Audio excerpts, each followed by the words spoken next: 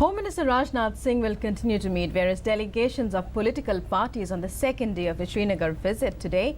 Earlier on Saturday, the Union Home Minister met various delegations of civil society groups in Srinagar. He also held discussions with Governor N.N. Vohra and Chief Minister Mehbooba Mufti. Rajnath Singh is on a two-day visit to Srinagar to review the current situation in the Kashmir region in the aftermath of protests and violence there. Immediately upon reaching Srinagar, Rajnath Singh met various delegations of civil society groups to seek their feedback on the ongoing situation. Later in the day, Home Minister met Jammu and Kashmir Governor N.N. Vohra and Chief Minister Mehbooba Mufti, where he took stock of the overall situation with the security and administrative officials. This is Home Minister's second visit to Kashmir in 1 month. Minister of State in Prime Minister's office Dr. Jitendra Singh has said that the government and Prime Minister have assured to cooperate and help the state government in bringing back normalcy in the state. वहाँ के नौजवान जो अब जागरूक हो चुके हैं उन्हें थोड़ा सा समझाया जाए कि भारत जिस तरह से मुख्य धारा में चल करके एक विकास की तीव्र यात्रा पर निकल पड़ा है आदरणीय मोदी जी के नेतृत्व में, उसका पूरा लाभ देश के इस क्षेत्र को भी मिलना चाहिए, युवाओं को भी मिलना चाहिए। और वो अलगाववादी लोग जो इन युवाओं को गुमराह करके तथाकथित सो कॉल्ड जिहाद के नाम पर इनकी बलि चढ़ाते हैं, उनसे ये प्रश्न होना चाहिए कि यदि इतना ही महान धर्म का काम है तो क्यों नहीं वो अपने बच्चों को इस धर्म के कार्य के लिए आगे अपनी जानें कुर्बान करने के लिए लाते हैं। Chief Minister Mehbooba Mufti today met families of the victims of violence in Kupwara district and assured them of all possible help from the state government, hitting out at elements who were glorifying the killings in Kashmir and playing politics over graves. Chief Minister said they never bothered to look back at the victims' families and sought public cooperation to end violence in the state. The Deputy Chief Minister of Jammu and Kashmir, Nirmal Singh, has said that the ongoing violence and unrest in the valley is Pakistan-sponsored and termed it as a part of a large conspiracy.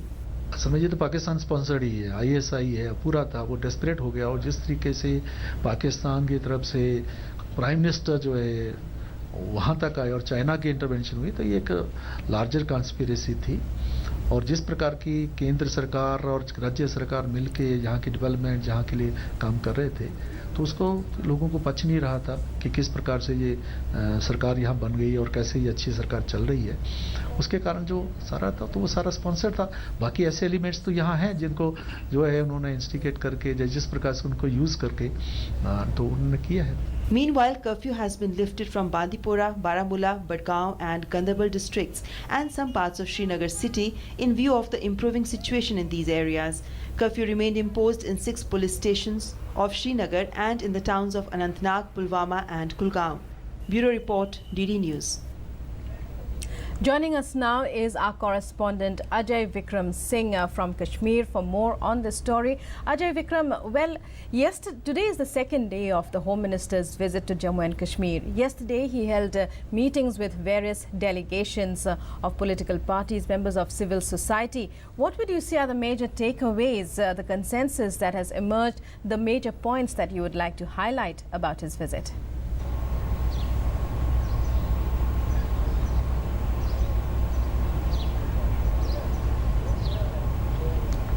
जी बिल्कुल रुकमा, गृह मंत्री की कल के पहले दिन उन्होंने civil society और तमाम आर्थिक और सामाजिक मुद्दों से जुड़े डेलीगेशन से मुलाकात की। टोटल 15 डेलीगेशन के साथ उन्होंने मुलाकात की।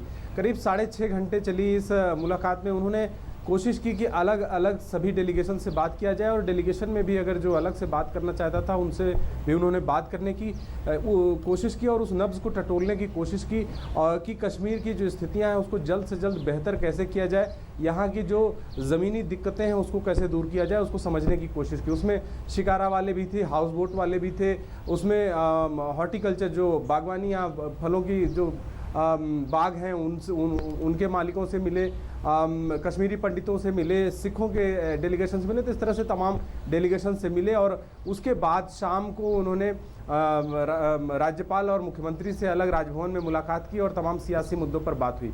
आज का जो कार्यक्रम है रुकमा, वो राजनीतिक दलों से मुलाकात का है और 10:30 बजे ये मुलाकात शुरू होगी। लेकिन जो मेरी जानकारी है उसके लिहाज से इस मीटिंग में कांग्रेस मुलाकात नहीं करेगी गृह मंत्री राजनाथ सिंह से, लेकिन नेशनल कॉन्फ्रेंस जरूर शामिल होगी। उसके साथ ही साथ और जो राजनीतिक दल हैं सभी दल शामिल होंगे कांग्रेस को छोड़कर।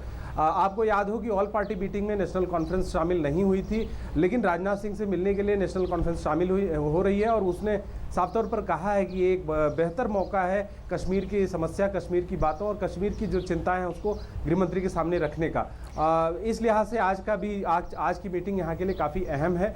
इसके साथ ही रुकमा मैं ये भी थोड़ा सा जोड़ना चाहूँगा कि जैसा कि अभी आपने रिपोर्ट में बताया, साउथ कश्मीर के 3 ऐसे जगह हैं, अनंतनाग, पुलवामा और कुलगाम, यहाँ पर कर्फ्यू लगा रहेगा। बाकी पूरे कश्मीर से कर्फ्यू हटा लिया गया है। श्रीनगर के 10 जो थाने हैं उसमें से 6 थानों में कर्फ्यू रहेगा, 4 थानों से कर्फ्यू हटा लिया गया। लेकिन इसके साथ ही साथ पुलिस ने पूरे वैली में धारा 144 लगा रखी है। इसका मतलब ये है कि 4 लोग से ज़्यादा एक साथ इकट्ठा नहीं हो सकते और कोई भी प्रदर्शन और भीड़ इकट्ठा करने पर पूरी तरह से प्रतिबंध रहेगा। जी।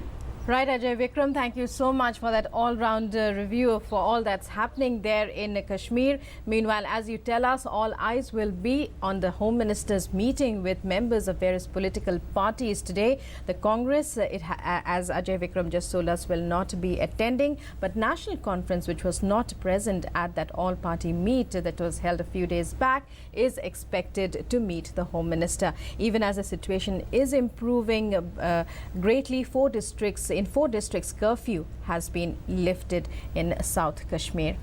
Well, we'll be keeping track of that story and the Home Minister's visit of Jammu and Kashmir.